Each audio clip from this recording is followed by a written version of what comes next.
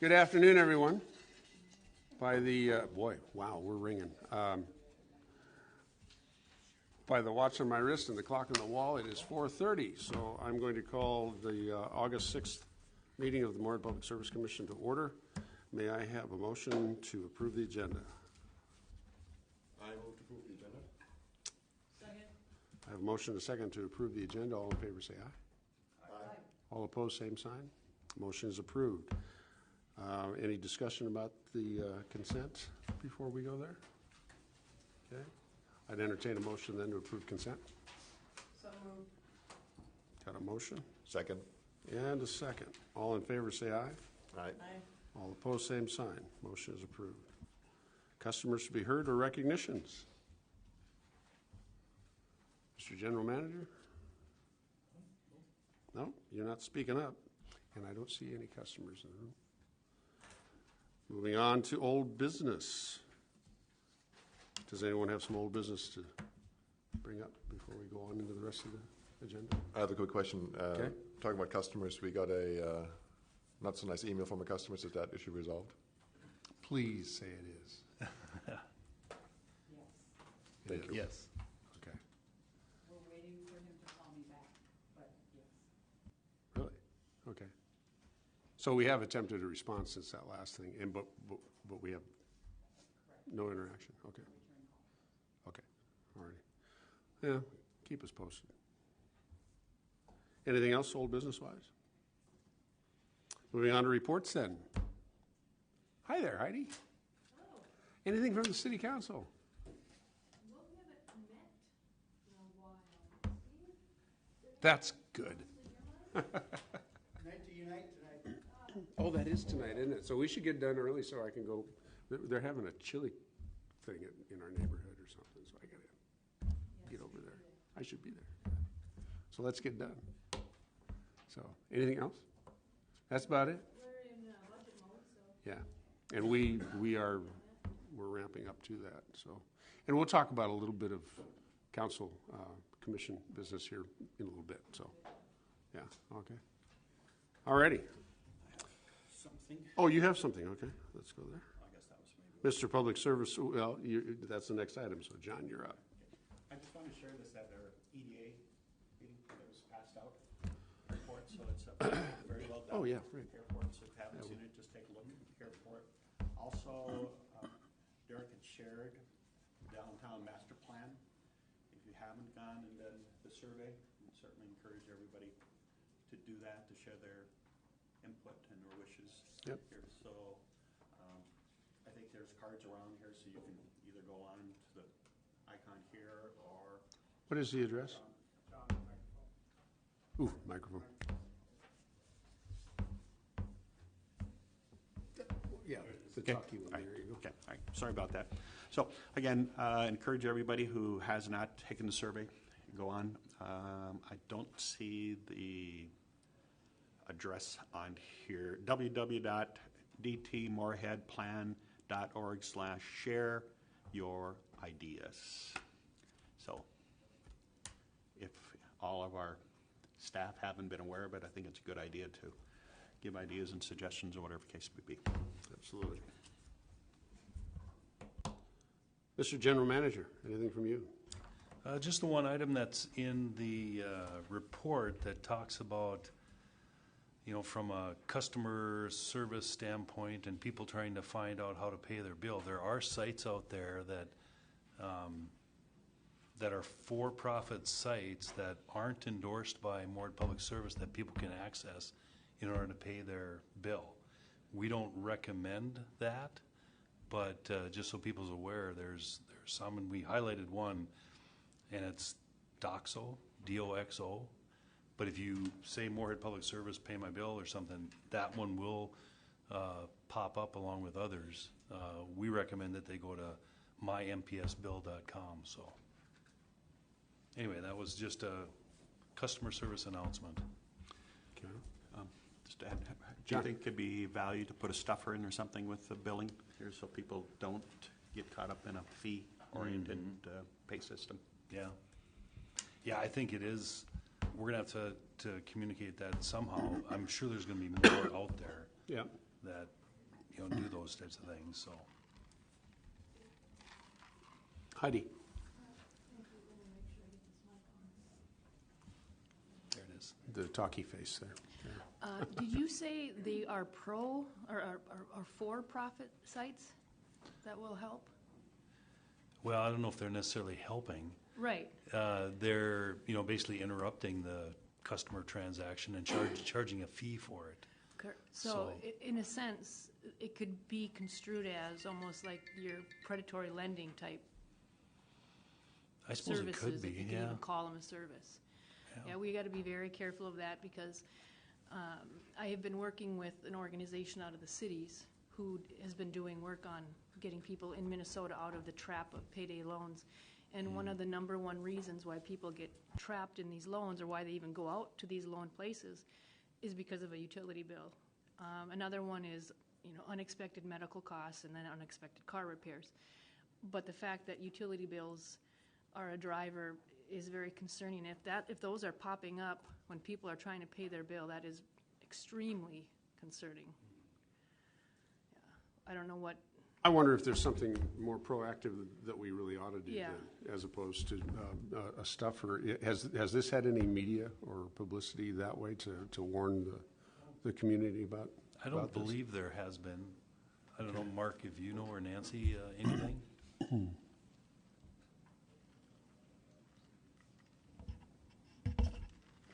We have posted the information on social media, so customers get it that way, and we also do direct them to the correct payment site on their bills too. So we do include some verbiage on the bills saying, hey, to pay your bill or sign up for automatic payment, go to mympsbill.com. So we've done those proactive things.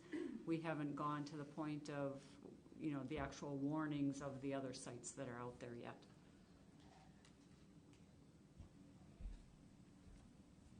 Commissioners, any thoughts or ideas? Mary's got one over here.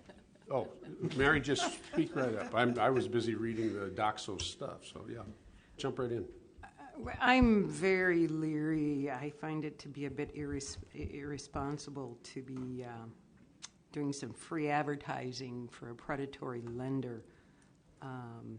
I'm really not good with the idea of that being anywhere on our website or any literature we have out or anything. Clay County has a huge rate of payday lending issues and things like that. Number 2 in the state. Number 2 in the state. And I just find it for a public entity to be not our place to provide that information, like Doxo and some of the others. Well, I certainly don't want to promote them, but I also don't want people to fall prey to them. I think Heidi's point is that we ought to be warning our customers as opposed to promoting it. So what's the balance between, planting an idea Well, I and could see keeping people away from using it? warning, but to list specific ones, you're advertising for them for free, which is an issue right there. But I think that perhaps if this is a large issue for us, then maybe we as an organization need to revisit how we handle bills that are in arrears, that kind of thing, instead of getting somebody to a point where they're going to pay 700-800% interest on the utility bill, because then they just get further behind, and it's a vicious cycle. And in the long run, we are not going to benefit from that at all. Well, no, it's clear that there's no benefit to us. Absolutely. And I think the real concern of the conversation is how we keep our ratepayers away from it. So, yeah. But we also need to be careful. I mean, I don't see anything here that says that this specific company is a predatory lender. It says it's a payment service. So let's make sure we don't. Nobody would announce that we're a predatory lender. Well, I'm not going to announce No, it. I would I'm say not going to announce it in a public meeting. When I not don't to have the call out facts, any so. specific, but be aware. But like I said, that these are predatory or word it somehow. But the idea of somebody ending up down the road paying up to 700-800% interest on their heat bill is ludicrous. That's crazy for essential services. As I said, I think if we have a percentage using that, maybe we need to revisit and figure out something in-house. It wouldn't obviously run in the same interest rates, but I just, I find this really unethical to mention by name any particular company like that. Dave, that idea or that concept that Mary might have, if I'm reading your mind, goes back to that. That'd be scary. That idea, I know, right? Yeah. That goes back to the idea that we had talked about a long time ago, having that stash of money available to individuals who are behind. Yeah. You know, they could take out a loan from that stash, pay it back, so it you know, it refills or replenishes. You know, maybe it's time we revisit that idea. Well, this is a planning session, so maybe we can return to it, you know, in that portion. I don't want to overreact by any means, and if we don't see a great problem at this stage, you know, to simply not overreact. But with the billing conversation that's going on, and you know, the long winter that we had dealing with those issues that came along with the utility bills, maybe we just you know, dive back into that conversation about a possible help fund that we did look at, golly, 2, 3, 4 years ago, whenever that was. So, John. This is not only an issue for utility, but if you go on most government sites, DOT, anything that you pay to the government, there's all kinds of these type of entities out there that will direct you first because they pay the most to be on the top. And then if you read through it, they certainly disclose that you're paying a fee for it, but they don't disclose their services that you can do it and not have to pay a fee. So this has been an issue in a lot of different government entities here for it. So as far as the approach to that, I would say maybe we need to just have additional education to our customer base as far as what's available for them and how to use it versus your concern, Mary, about advertising the entities that we don't want them to utilize. But if they go online, these pop up right away. So it's a challenge.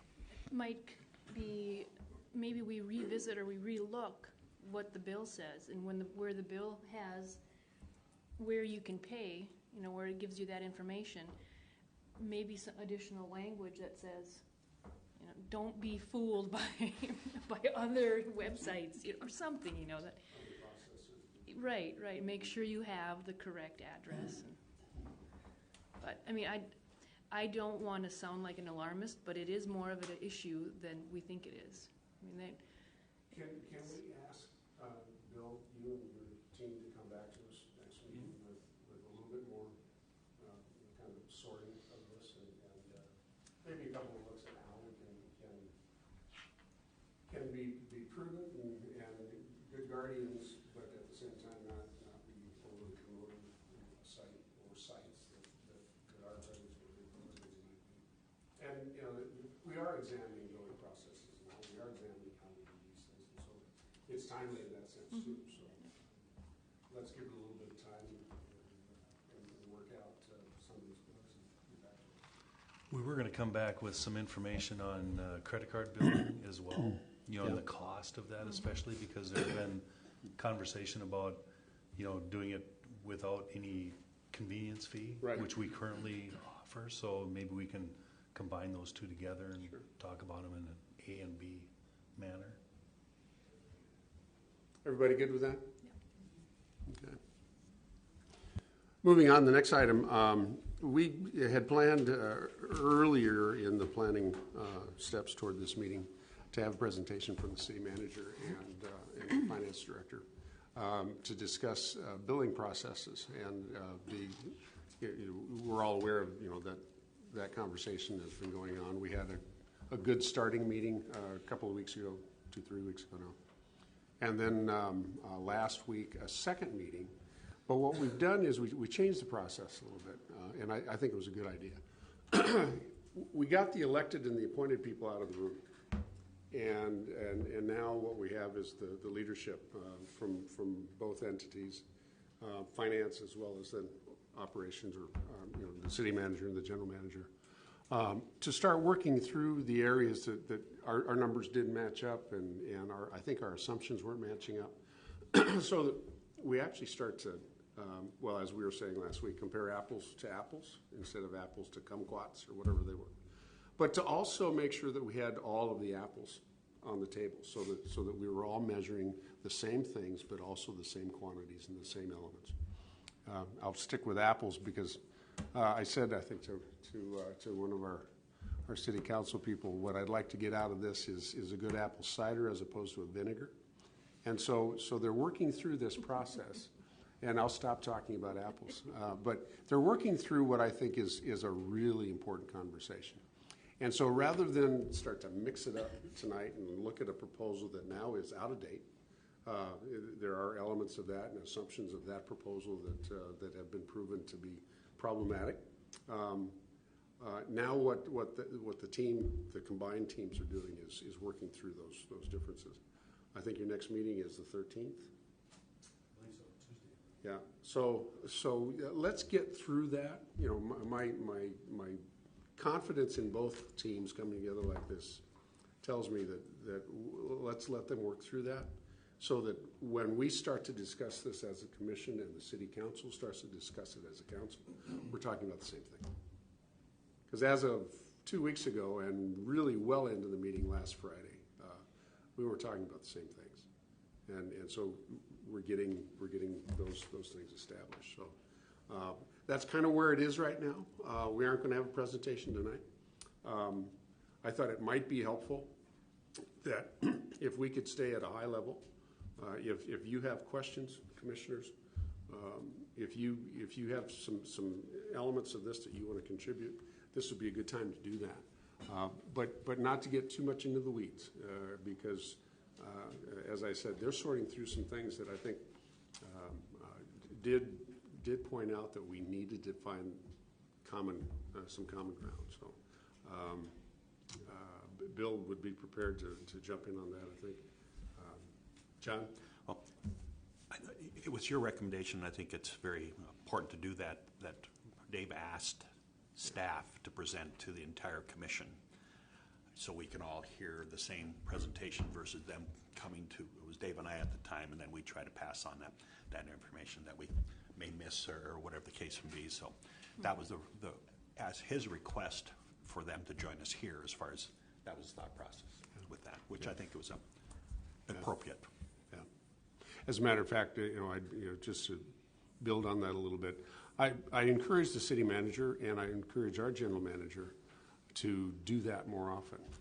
That rather than sifting through some of these issues, to feel free to come to this meeting and to talk directly to us when they have proposals or ideas, so that we can hear directly from the manager or her department leadership or whoever, so that we have a direct communication as opposed to in and out and through paperwork and memos and that sort of thing. I would like to hear from them more often directly in our meetings.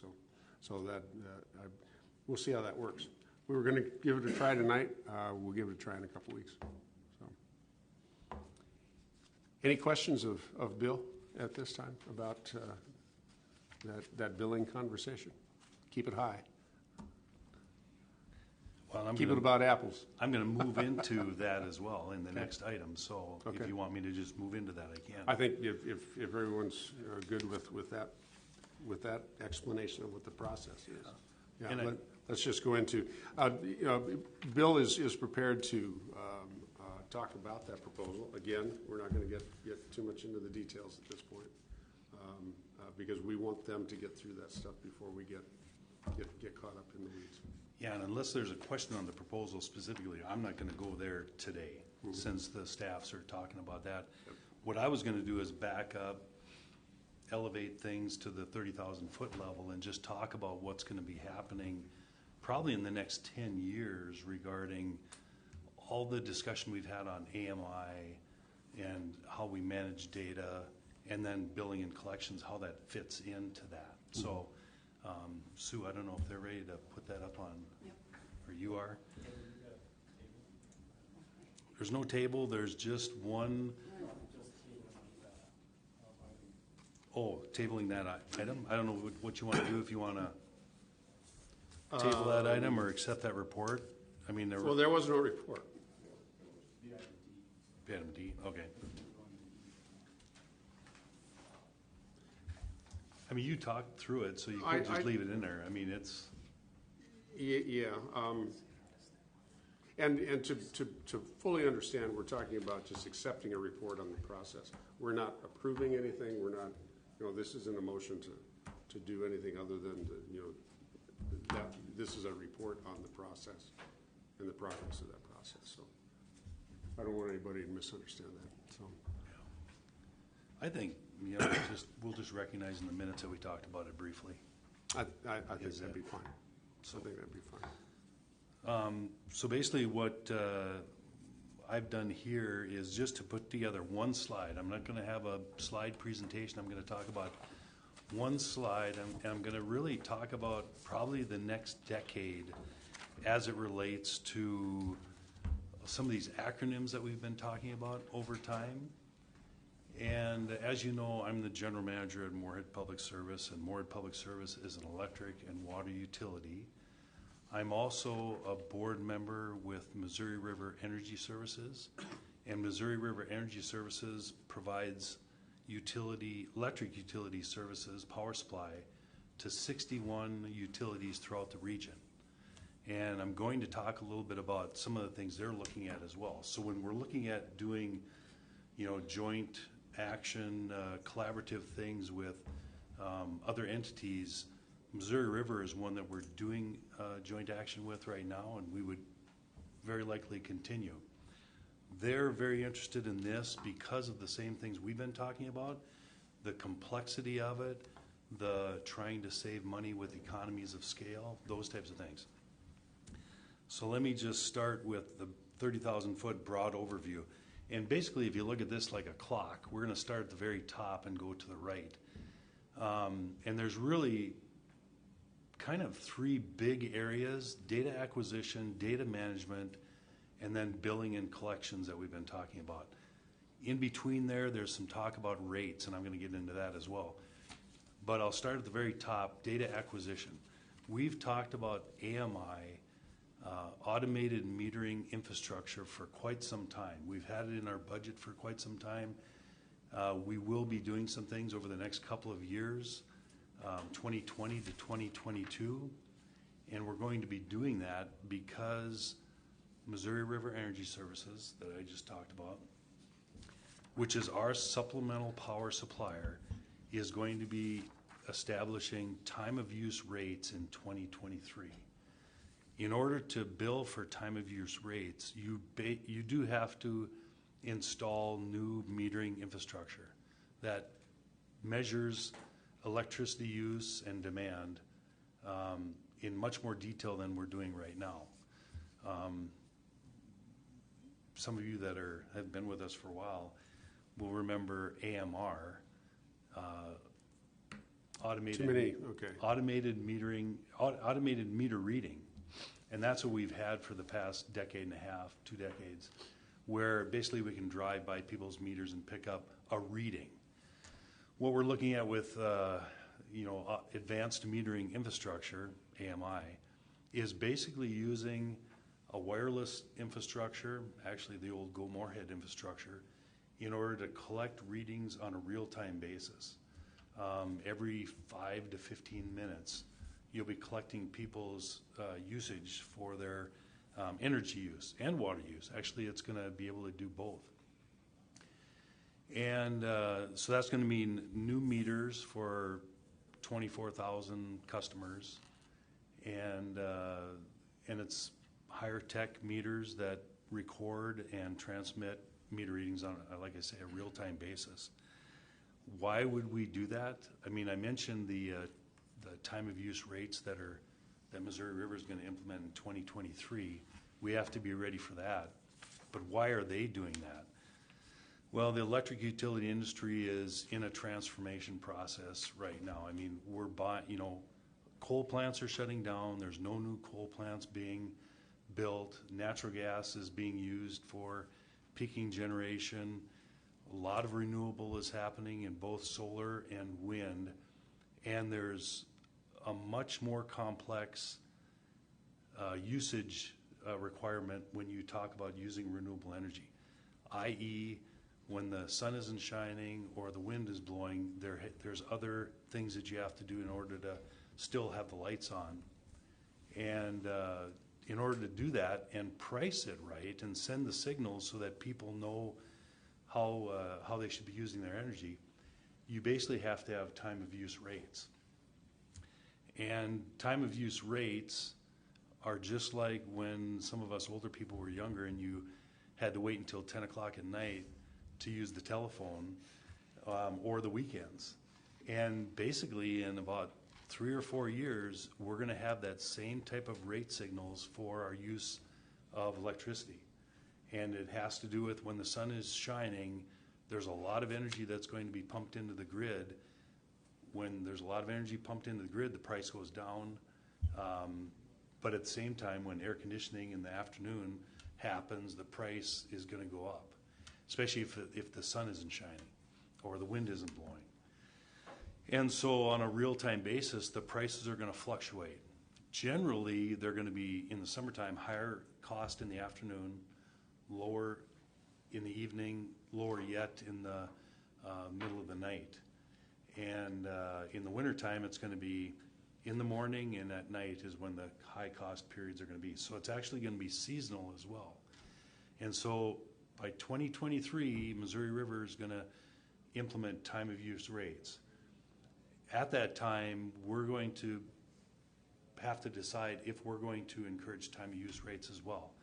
I think our customer base is going to be ready for it. I think they're going to want it because one of the big reasons that you do it is to promote better energy use and renewable energy in order to lessen the impact on the earth. So I mean, I think it's going to be a real positive thing, and it's something that we have to get ready for.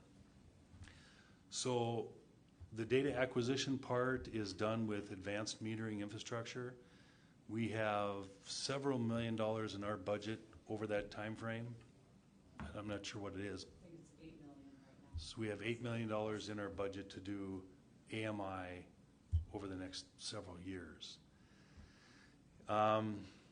That really can be done locally. It can be done with our staff, with vendors. We're looking at that right now and getting ready to bring recommendations to the commission because 2020 is upon us.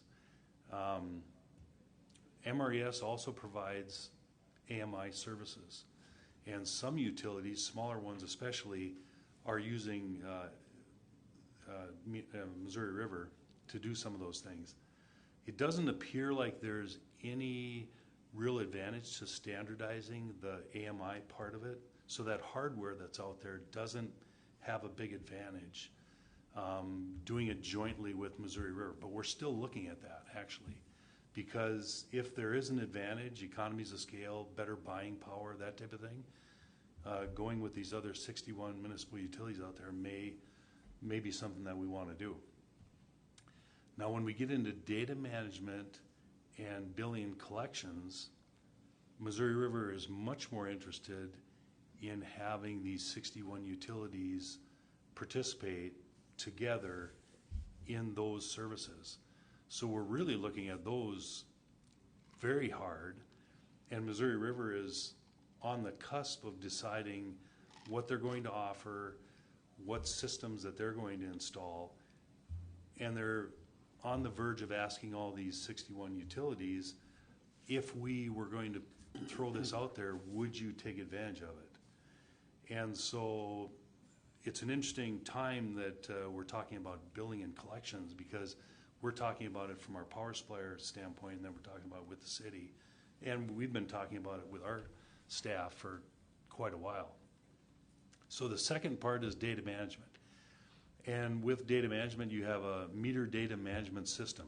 You can contract for a meter data management system with the vendor, or you can do it yourself, or you could do it jointly like Missouri River Energy Services is going to be doing. And again, we haven't decided, and Missouri River isn't final on what they're going to be offering. They are doing a meter data management system with several utilities, and we'll be evaluating whether we want to participate in that. We would participate in it, you know, if it was less cost, you know, better technology. But we are aware that one of the risks is that we would all have our eggs in the same basket. So if they choose the wrong technology or choose the wrong vendor that goes out of business or that type of thing, you know, we're in it with them, and that's something that we're aware of. So data management and the billing and collections are two areas that MRS is looking at. The billing and collections is done with a system that's generally in the industry called a customer information system, CIS. And so Missouri River is looking at having a MDM, meter data management, and a CIS. And they already do AMI. But like I mentioned, we haven't. So there's really three. Well, there's three acronyms that you have to look at when we're looking at all this. It is the Advanced Meter Infrastructure, AMI, Meter Data Management, MDM, and CIS, Customer Information Systems. And why this is somewhat confusing when the city made a proposal for the CIS portion of it is we're saying, okay, that's all well and good, but that's only part of what we're looking at. And on top of that, Missouri River is looking at that as well. So if we're going to look at doing something with the city, we certainly better look at doing something with Missouri River Energy Services. Missouri River Energy Services is tippy-toeing into this because they don't want to, you know, usurp local jobs. But at the same time, there's a lot of people retiring, and Missouri River Energy Services has been, you know, they've got forays into assisting all these utilities anyway. Power supply is what they started with. Power supply and transmission is what they have done for us for 40 years. So power supply and transmission, highly technical, big power plants, those types of things out there. So that was really easy for them to do. Well, in the last few years, they've been doing distribution services where they have linemen, for instance. There's 2 linemen in Barnesville, Minnesota. Barnesville doesn't have linemen anymore. They used to. Now they have 2 people that are Missouri River Energy Services employees that live in Barnesville and provide electric distribution services for Barnesville. They've got several other communities that are doing the same thing. Bright Energy Solutions, Energy Services, is something.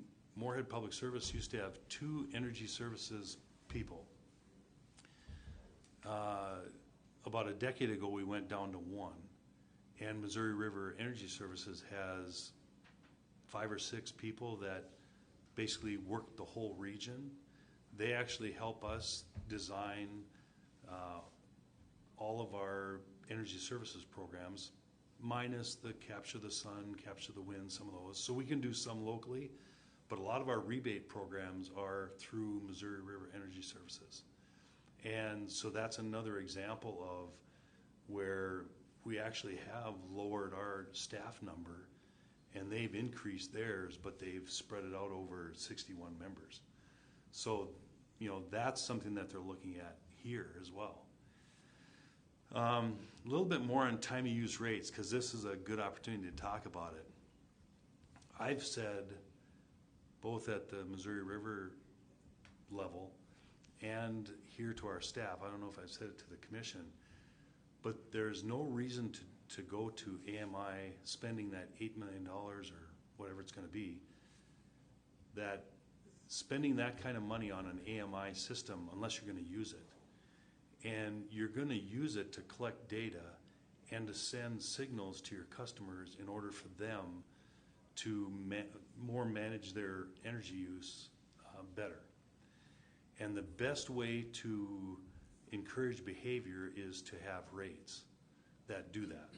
And so, because we've got a lot of, you know, like we have dual fuel rates, we have rebates, we have those types of things, but until you actually send out rate signals that somebody can look at their bill and say, why is my bill so high? And they call us up and we have the data and we say, well, your dishwasher and air conditioner are running at the same time in the middle of the afternoon at our highest rate. Is there any way you can shift the dishwasher and the clothes dryer to the evening time or, in the nighttime? And, if on their phone, they'll be able to see some of those things as well. So the customer will have access to information in order to make better energy decisions. And I think over the next few years, when we start talking about time of use rates, it's going to be a very interesting conversation. And we talked before here about explaining to people what demand rates are for electricity. And this is where I know I'm going to lose you guys, right? I know you're interested because we talked about it before, but there's a demand generally in the utility industry, electric utility industry, and it's different than other utility industries, is there's a demand charge and an energy charge for the bigger customers.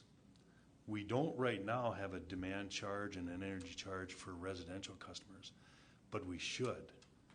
And the reason why we should is because a couple of reasons. One is solar, there's going to be more solar coming every year in the foreseeable future.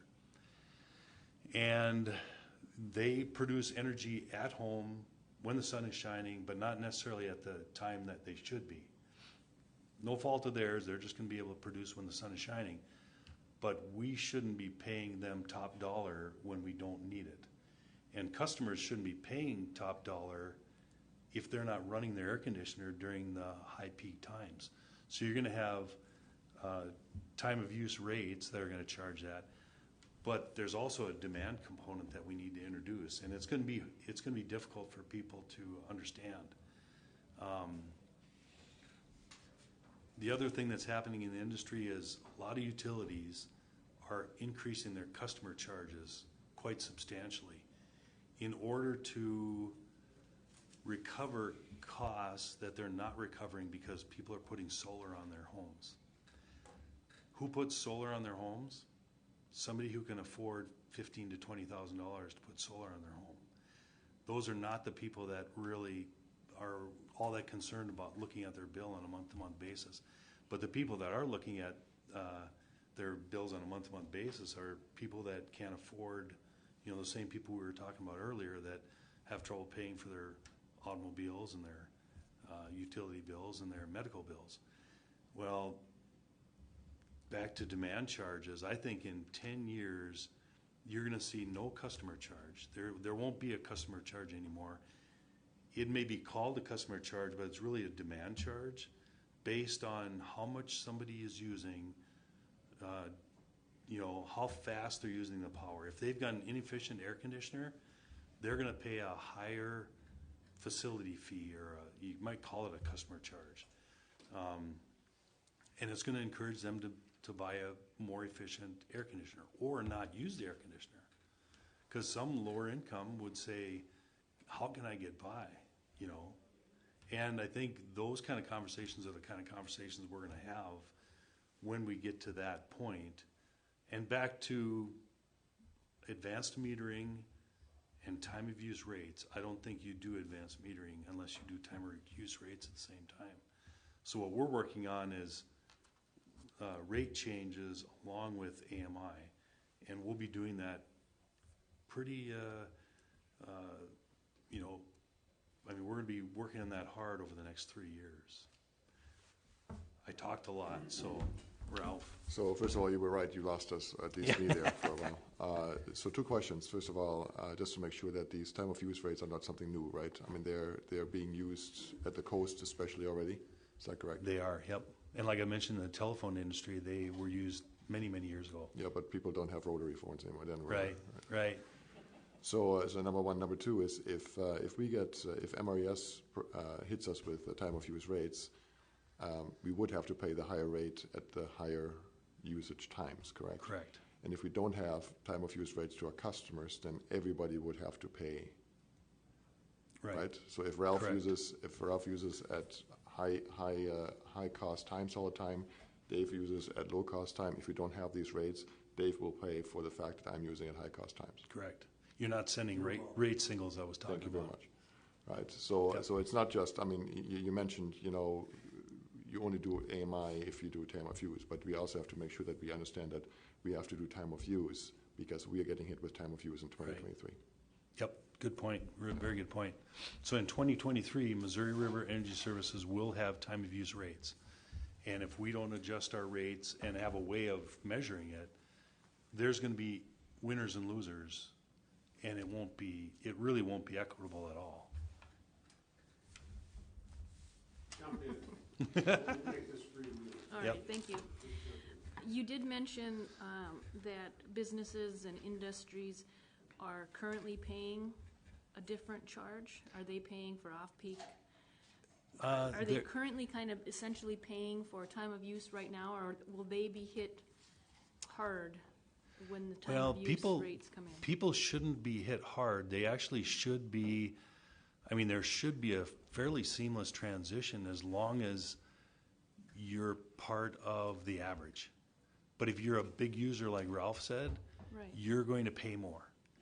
And if you're, low income and you don't use your air conditioner, you'll pay much, much less. So, the big industry, the big companies like Crystal Sugar, the high school, the schools, MSUM, what else am I missing? Pactiv, Bush. Those high users, how are they going to be impacted? And what is your plan to discuss this with them? Well, we meet with them often, and especially when we do rate changes, we'll be talking with them.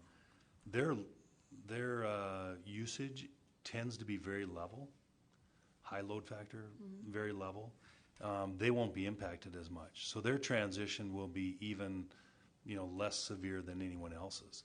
So even though they're operating during those daytime hours, they're not going to be paying higher rates? Well, because if you say their usage is just flat across the board for 24 hours, Yep.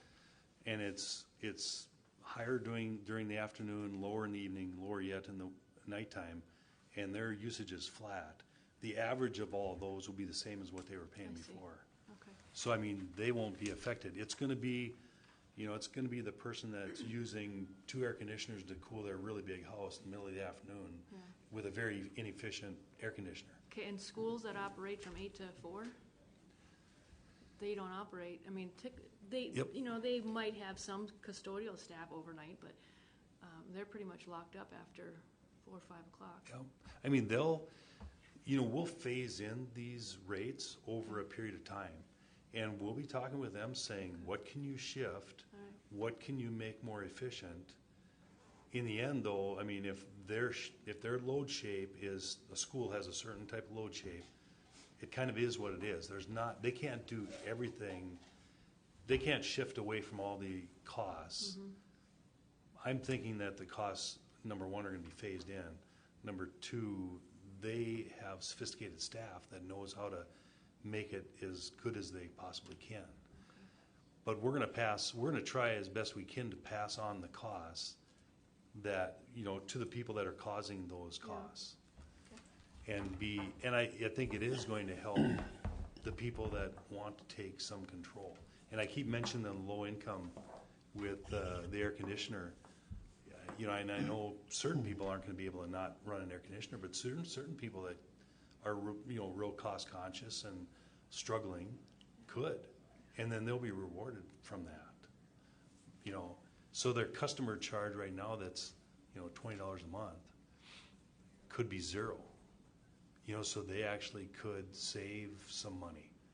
Now they're going to have some discomfort, maybe, but I mean at least they can control it, and that's I think what you're going to see, with some of these things. Yeah. Does anybody else worry that somebody will be thinking, well, gosh, should I turn my air conditioner on today in the 95-degree heat, or should I I'm- it I'm- off so I can pay for my medicine, Yeah. or, you know. Heidi, I'm with you on that. I'm kind of concerned about the folks that really aren't going to want to think that hard about this sort of stuff. They just want to know that the lights are going to go on when they need the lights. You know, that the furnace fan is going to blow when they need the furnace to blow warm air, and they're not going to get into the details of time and use. They just need to know that the lights are going to go on and the TV works. You know.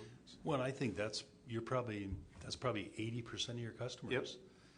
It's the other 5-10% that are looking for opportunities to be more efficient, save the planet, whatever it is, that are going to call up and say, what can I do to help? What can I do to save? And then we'll have an answer because we'll have the data and we'll have the rates.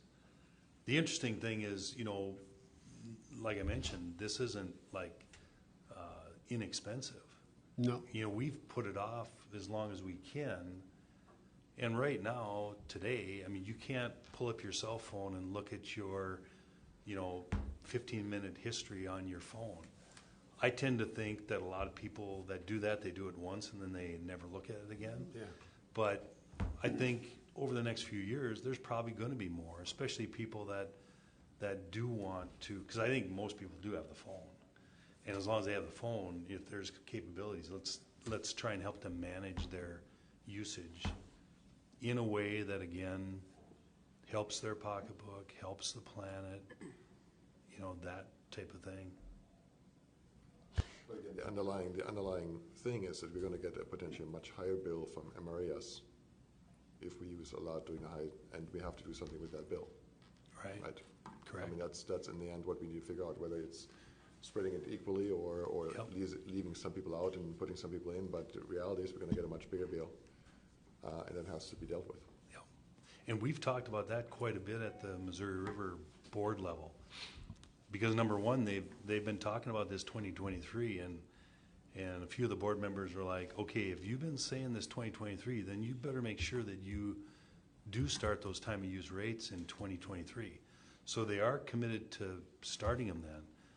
My concern is when 2023 comes, it won't be very hard to look at our bill and see how if the Missouri River, our power supply costs have gone up, and then the delta as to what we're collecting. So you'll be able to see fairly clearly that okay, we didn't implement time of use rates on our own, and it's costing everybody, versus implementing time of use rates and keeping the cost manageable to everybody.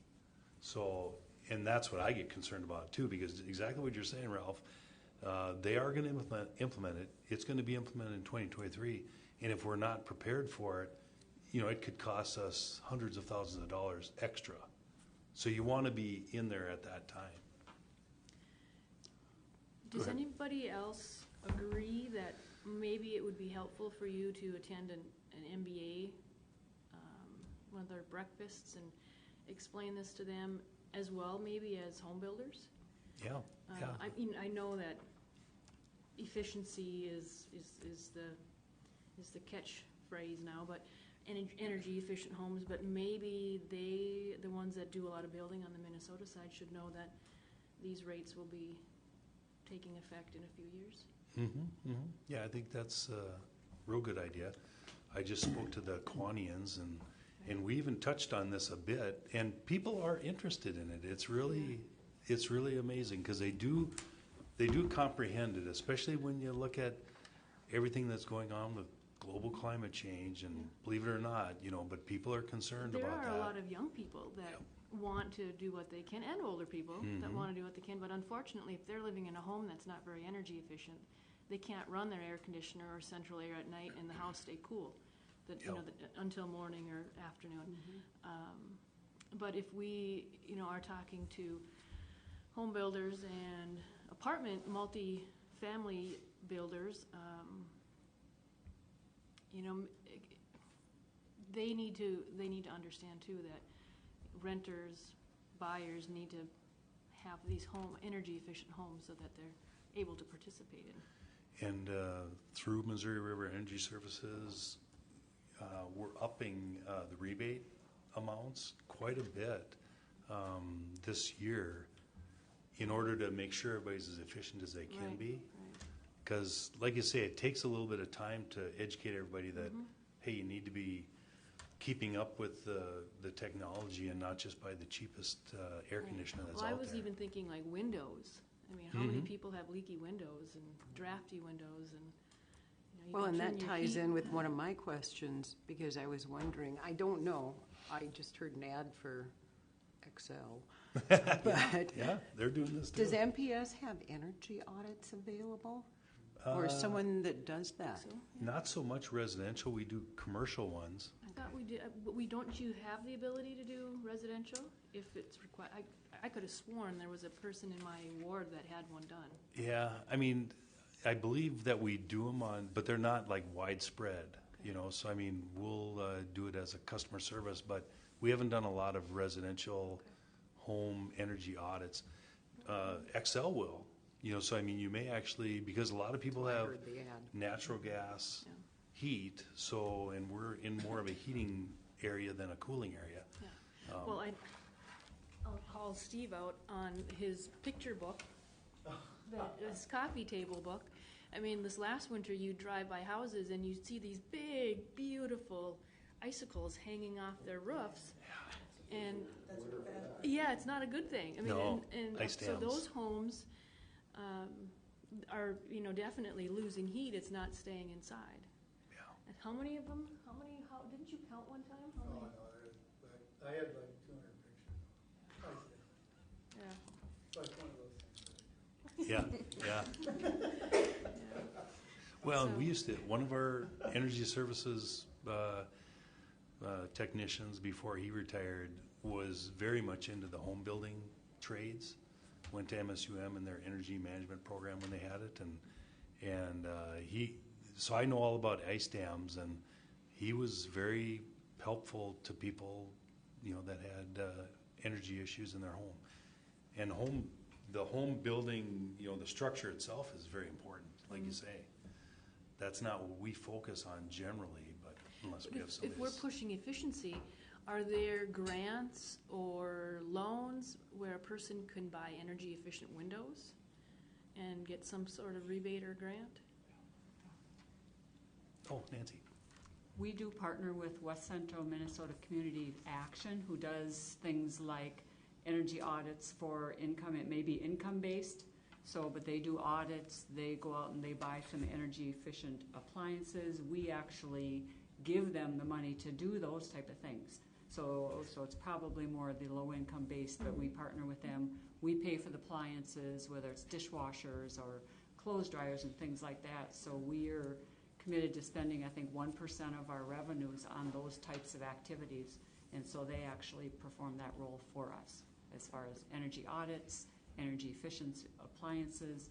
I'm not sure whether they go into windows and things like that. I think from our perspective, I think it's mostly appliances. It'd be The interesting energy, to know if we the could energy find. items. Yeah. The appliances make sense, but it'd be interesting to know if there were other Windows and opportunities. insulation. Yeah, insulation, right. I think they do have other programs that Okay. do cover that. We just limit ours to those electric appliances, trying to, again, reduce consumption. So, Mhm. but we could have Dennis, Yeah. he works with them in their Right. program, so he could report on that. Okay, that'd be great. My other question, Phil, this appears to me that AMI would require new meters and that kind of thing. What kind of timeline are we looking at with that? Well, that's up there, 2020 to 2022. So we'd like to complete it by 2022 when MRS is going to implement their rates in 2023. And would these be compatible with our current system of billing and monitoring? Travis is the one that's working on all that, so I'll let him answer that. So to the question on the new meters, yes, we would have to install new meters for everything. We're looking at that aspect on the billing side as well too, and trying to figure out how to minimize those costs of the interconnection between the meter data management system and the metering system, to the billing system so that we don't have a lot of additional costs or additional programming changes that need to be done. So that's one thing we're looking at and trying to figure out how to do that appropriately so that we don't have additional costs for the project. Would there be a cost then to the homeowner or business owner or whatever for the new meter, or? Nope. Again, we're budgeting for that. Okay. So that we can change out those meters. And there's a few other things that we're working on as well too. There's older style meter bases that need to be changed out, and we're trying to figure out how to take care of that problem as well too, or get those meters moved to the outside of the houses as well too. So we got to upgrade some of the meter sockets and maybe even move them outside. So we're trying to figure out how to make that work as well too, whether it's through some type of a rebate or potentially we pay those costs since we're upgrading the metering system. Okay, thank you. But to answer the question, we have to exchange every single meter. Correct. Right, so That's- everything has to be changed. Correct. And we're looking at about 8 million, and we have put some money in reserves already, I believe, right? Yes. Over the last year for that purpose. So, I mean, ultimately, customers are going to pay for the meters, but, you know, it's been in the budgeting process for a couple of Not an years now. assessment type thing? No, they won't get a customer charge for a new meter. And like Travis said, we can clean some other things up at the same time. You know, some So then old would our technology. billing go to the time of use rates right away then? As soon as the new meters are in, or what are the logistics? Well, that's remember I said, you know, we aren't going to do AMI, automated metering infrastructure, unless we're going to do the time use rates. You can't do the time use rates until you have the meters in. We're not going to have the meters in until 2022. So, and then the time use rates are going to come in 2023. I hope that MRS is going to phase it in, but they haven't told us yet, so that the impact isn't huge that first year, because we're going to have to change our rates. And I'd like to phase them, because rate changes are ugly anyway. People get confused and stuff. So if you phase it in over a period of time, that's the best route. Especially, this is a big change in rates, and it's going to be confusing to people. Yeah, just like I'm talking about it now. I mean, we're going to, you know, basically almost on an individual basis, you know, be telling people, okay, here's the big change we're making, here's what it means to you, here's how you're going to be affected by it. 80% are probably just going to, as long as their bill doesn't change a lot, they're just going to pay their bill.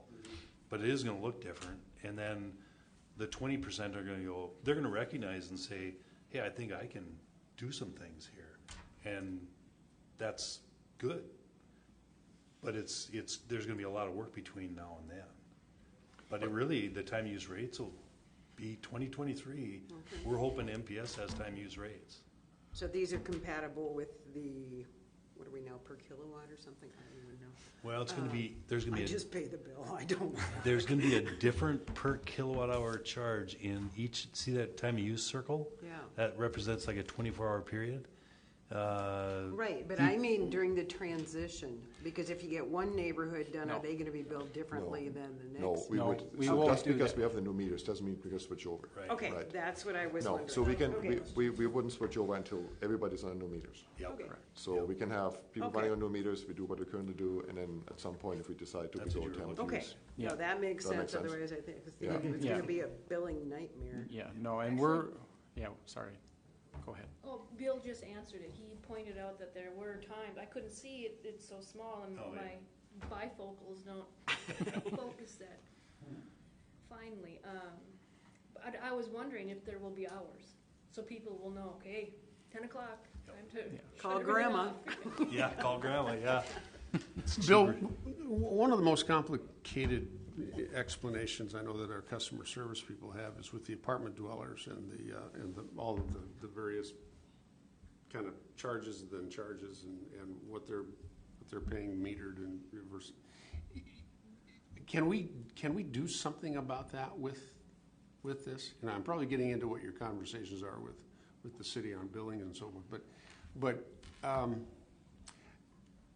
the kind of use that would happen in apartment complexes and so forth, is there a way that this becomes an opportunity for folks that are living in the rented housing to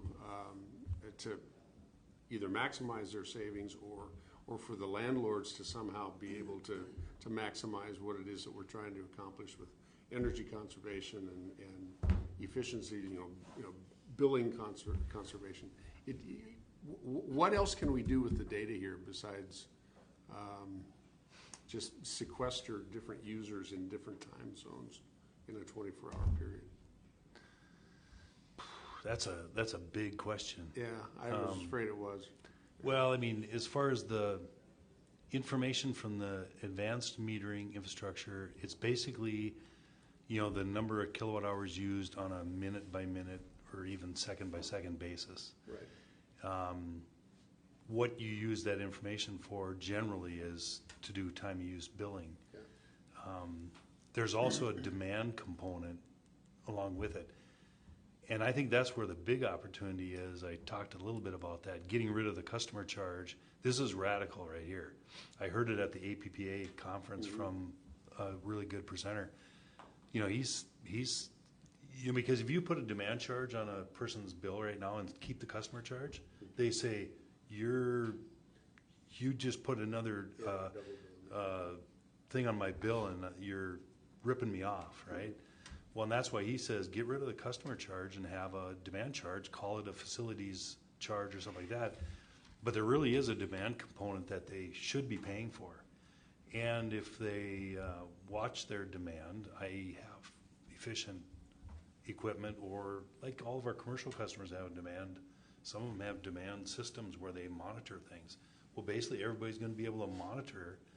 They're going to have their own demand system. They can even buy apps that monitor things, and they can turn things on and off.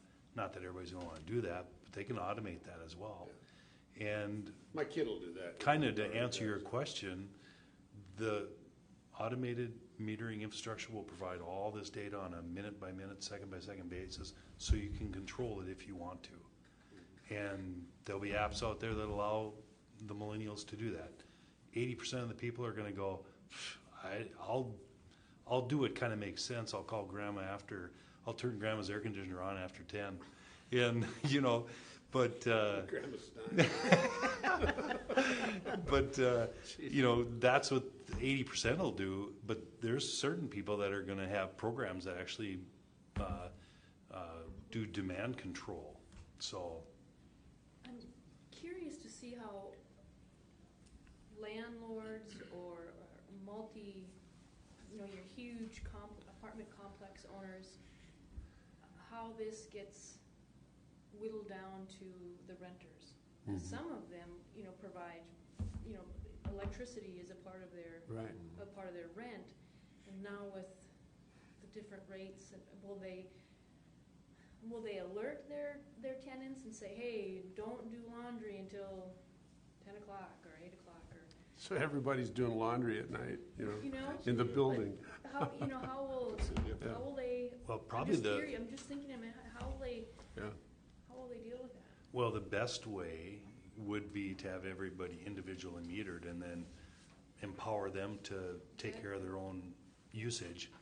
If a landlord wants to consolidate that, then they're the ones that are going to have to control the demand, and then they're going to have to, I'm not sure how you do it, right. Send a signal or at least send a flyer out that says, it's a lot cheaper after 10 o'clock, so push everything off. But what's going to be their motivation to do it, right?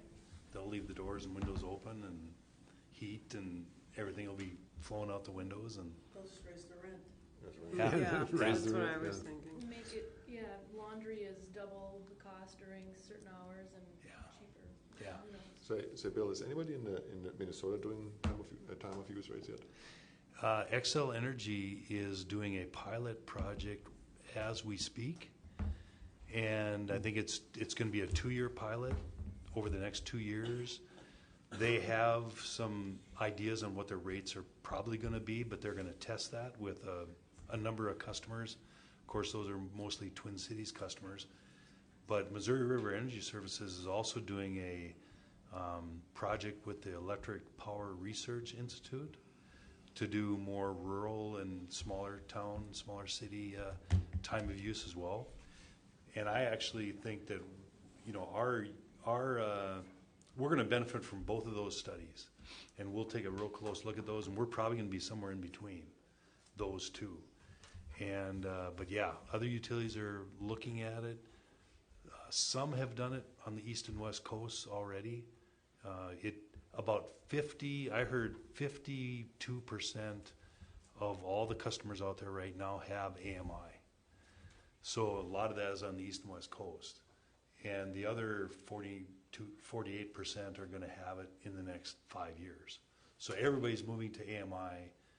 Everybody, well, not everybody's going to be moving to time of use, but a lot of them will.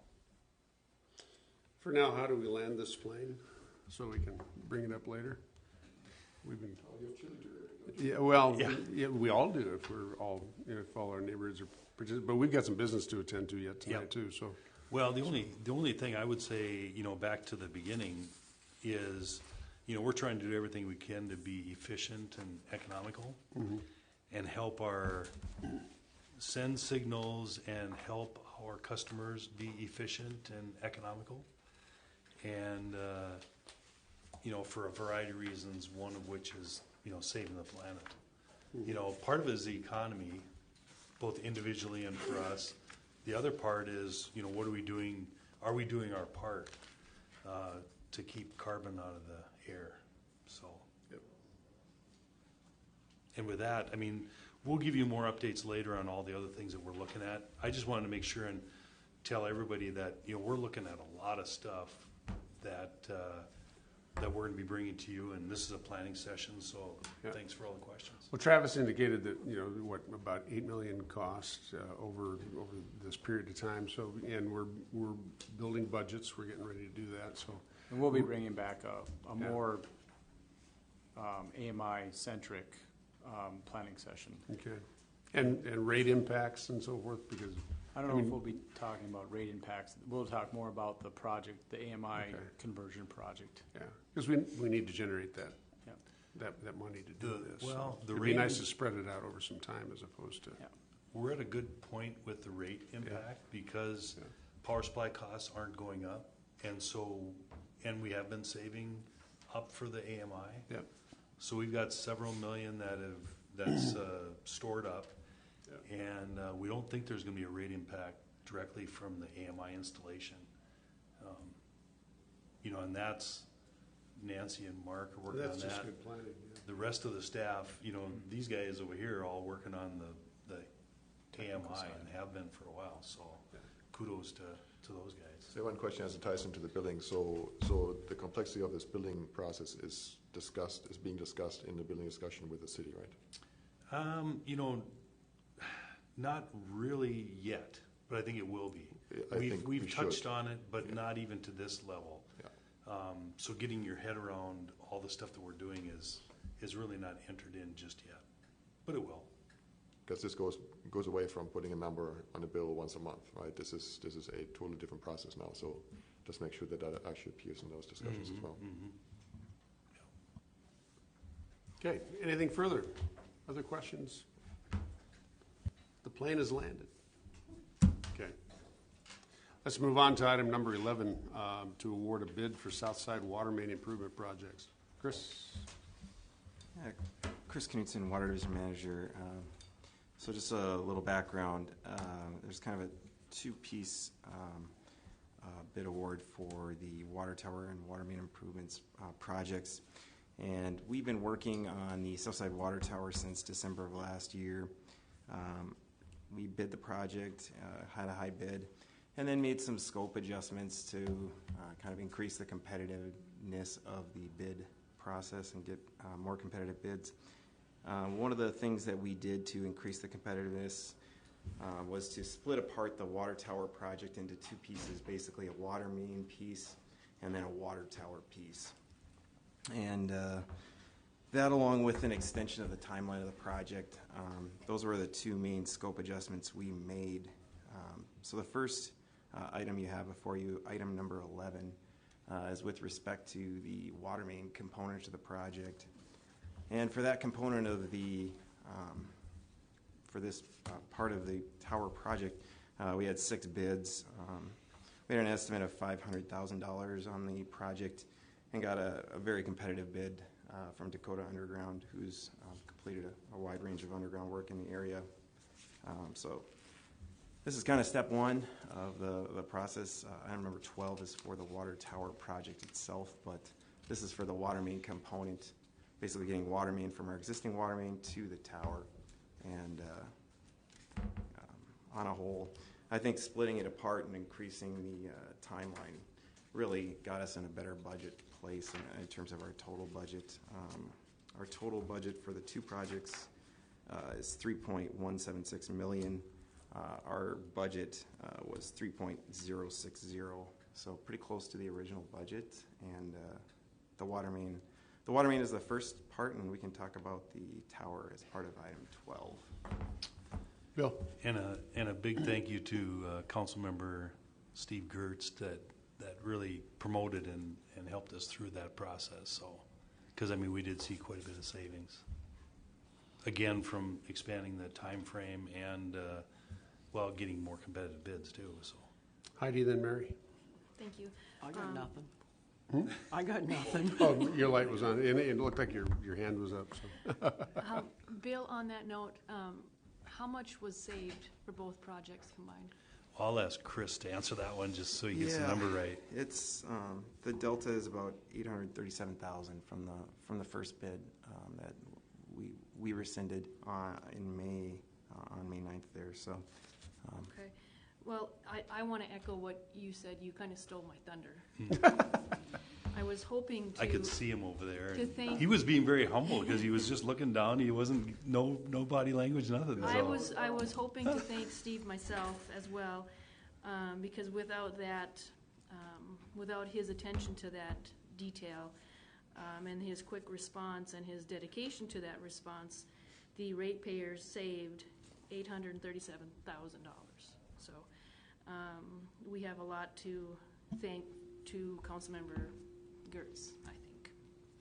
Yeah, and I think, as I've been looking at that, it's why you have boards and commissions that are paying attention. Yeah.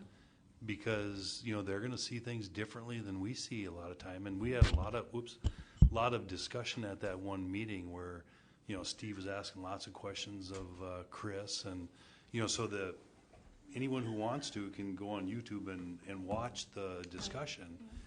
And, in the end, the bids were rescinded in May, and we rebid, and it was a good outcome. So, yeah, good interaction with Councilmember Gertz and the board and all those things. So. But let's also talk about the elephant in the room, right? Have we addressed the issue with Apex?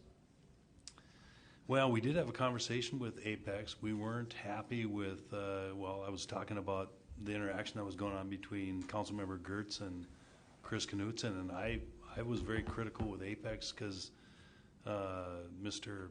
Postian that was there didn't even stand up and assist Chris. So we had a conversation about that. We had a conversation about the rebid. There's no, charge for the rebid. They are still handling the project, and we, of course, looked at and could back away from them for the project, but I'm not sure that's at this point a good decision. If the commission wants to talk about that, we certainly can. But I think it's maybe something we should consider in the future, right? Mm-hmm. I mean, there was less than stellar advice given to us, and when we pay somebody to give us advice, we expect stellar advice. Yeah. And we did talk about that with them and talking about that now, and we'll follow back and talk with them again because, I wasn't happy with their performance, and we had a conversation about that. It kind of questions from here on out how much trust can you put into them knowing what happened. So I don't know. I would question any potential... They certainly know that there's quite a few engineering firms in the Fargo-Moorhead area, and we have choices, and we've used them on occasion. We've used others as well, so we'll be keeping our eyes wide open. Good. Yeah, it was. We will definitely miss Councilmember Gertz's eyes. Coming from that experience, we'll certainly miss that. Yeah, thank you for your service, Steve. Thank you. Further comments? Questions? Are we ready to move? I move toward, oh, sorry. You go first. You go. No, you go. Oh, come on. I move Do toward something. the bid for Southside Water Main Improvements Project. I've got a motion. Is there a second? There's a motion and a second to approve item number 11, awarding a bid for the Southside Water Main Improvements Project. All in favor say aye. Aye. All opposed, same sign. Motion is approved. Item number 12. Yeah, so item 12 is with respect to the tower project itself. We've kind of already talked about the total budgetary impacts for the project. We had 3 bids, all within a very tight range and very close to our estimate of $2.5 million. So good to see the bids that not only were they in a good range, but close to our estimate as well. Construction for the project will go through July 30th of 2021. So I-94 will have to follow after that time. So that's the tentative plan. We'll have a contractual adjustment to that contract because it was originally reflected for 2020 construction, but now we'll be in 2021. Yeah. Painting schedules similarly affected. Painting on the south side and no. It'll just happen as part of the project. As part of the project. Yep. Okay. Yep. So yep. Okay. Any questions, John? Remind me again, Phoenix Fabricators. These were the company that their bid was not opened previously, is that correct? That's right. Yep. So we're due diligence now to find that they're qualified and they'll meet all our bid qualifications that you had concerns for in the past, correct? That's correct. Yeah, we looked through their bid forms. It appears as though they will meet the specifications for the project. Yep. Right. Thank you. Okay. Further questions, comments? Are we ready to move on this one? I'd entertain a motion. I'll make a motion to accept the award bid for Southside Water Tower project. Got a motion and a second to approve the bid for the Southside Water Tower project. All in favor say aye. Aye. All opposed, same sign. Motion is approved. John? My mic on. Sorry about that. Okay. Item number 13 is to review the preliminary 2020 strategic planning and budget timetable, appoint a budget committee, and set dates for water and electric rate hearings. It's in your homework. I don't know how much discussion we need to do tonight yet, but it is laying out the process for us. Bill, you want to talk to it? Well, and Nancy can talk to it as well. She puts together a really nice memorandum on this item every year. It's similar every year because it talks about our power supply costs and some other cost drivers. We talked about AMI, that's in the capital plan. If there's questions, we can talk those. We're not projecting a rate increase. However, we will have a rate hearing with a few changes, like Missouri River has a green rate that we have to pass on through. So we're not going to have any rate increase, but we are going to have some rate changes. Mm-hmm. So that's our rate. So there will be a rate hearing this year. And then, yeah, you have to appoint a budget committee to, basically go with staff and go over some of these things. Is part of the conversation going to be about incentive rates or economic development rates, or is that on the horizon for us with all of the discussion about projects around town and different incentives that are being developed for the Renaissance Zone or various enterprise zones? Is that part of what we need to be looking at as well? We have an economic development rate, and we will be bringing that to the commission at some point.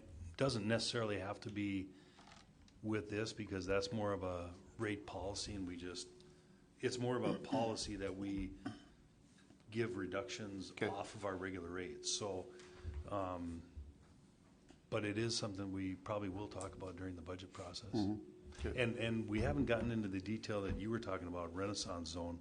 We don't really, ours are more, the higher usage processing, primary sector, businesses that we're looking to attract. So we don't really have anything that's Renaissance or downtown related. As those projects are ramping up, though, the impacts are going to grow. Right.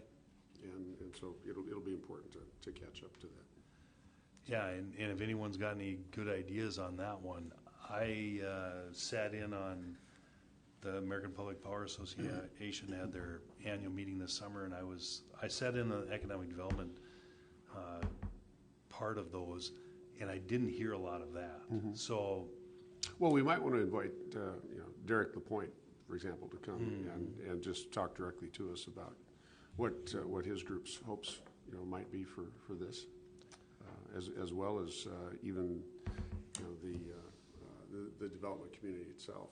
How it is that we can start to foster more and more of these projects that are coming along, because you can see it.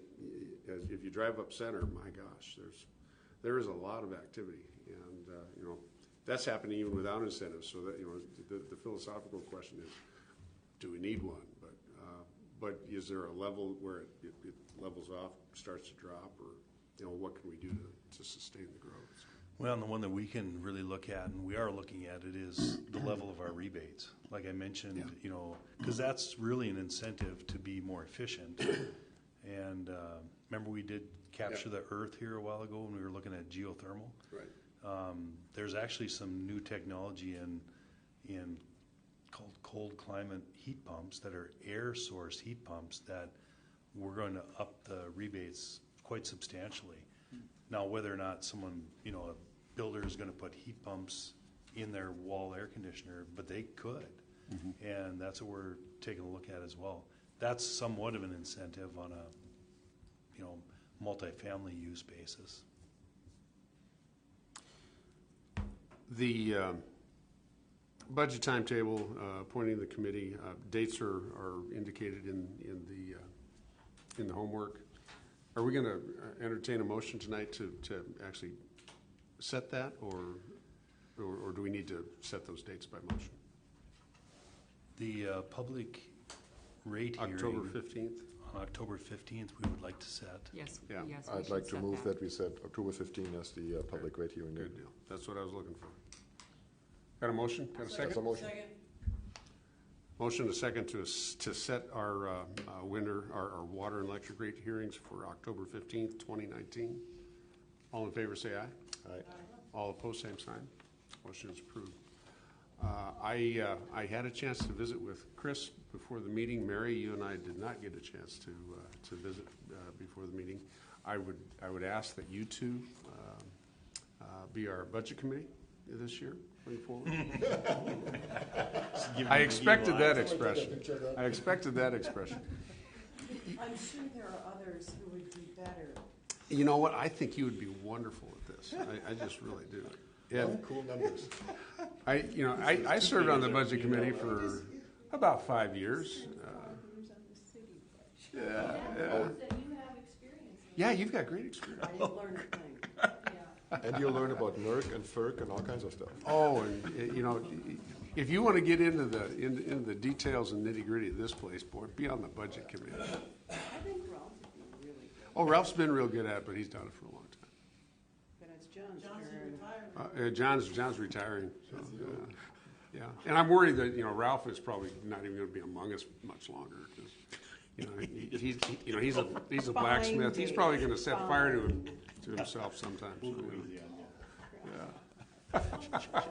She agreed. Move on. She agreed. Let's do it.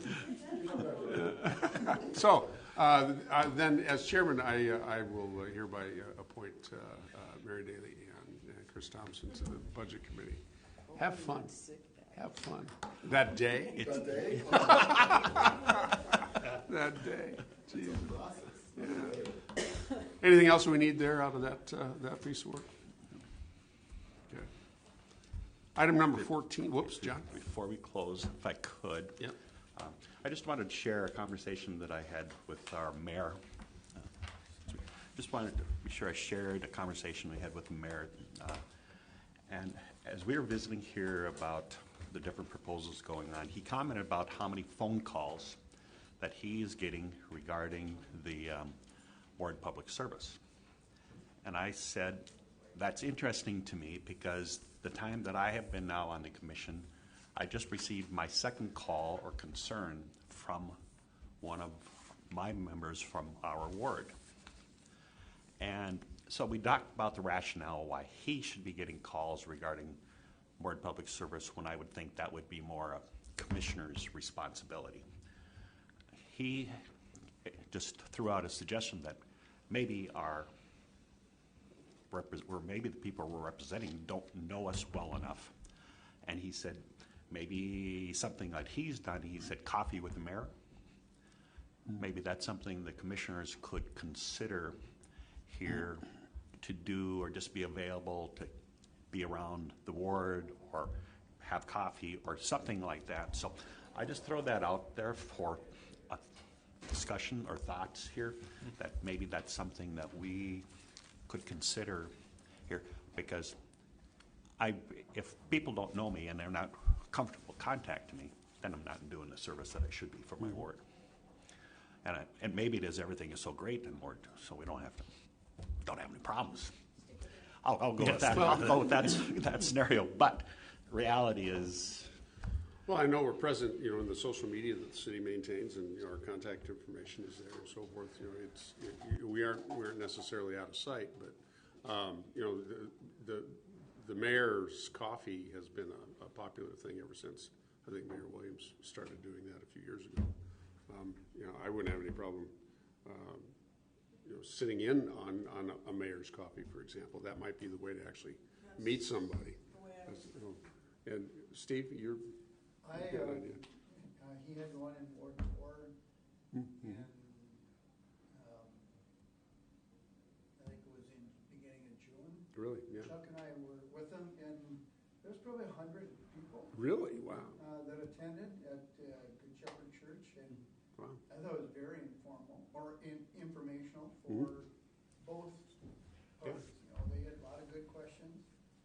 Some were hard questions, some were easy questions, but it gives you a chance for them to meet you.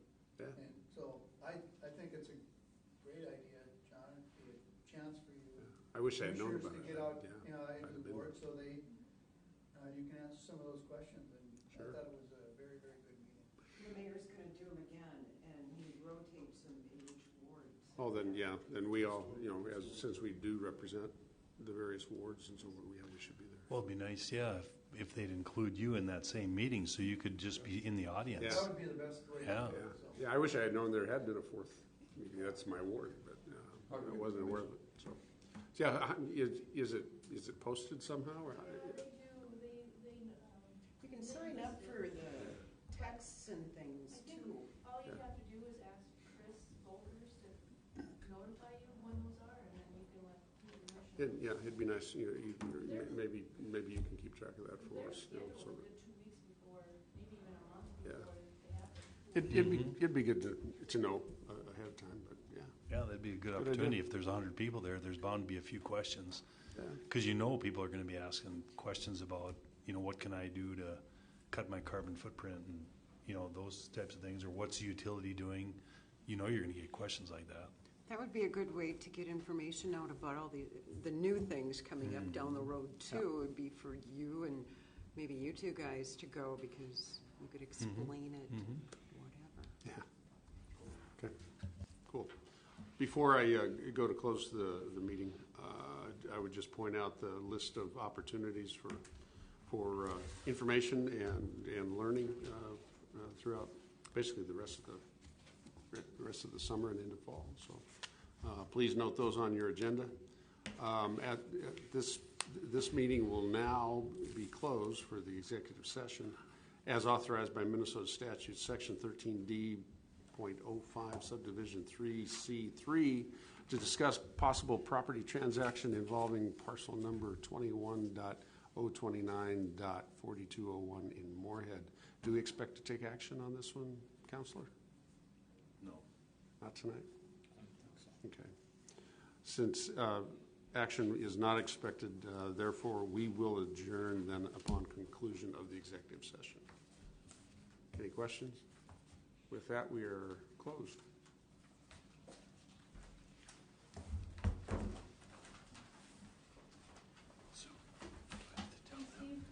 Thanks, Steve. Good luck. Drive safely. He's got, what, 3 more?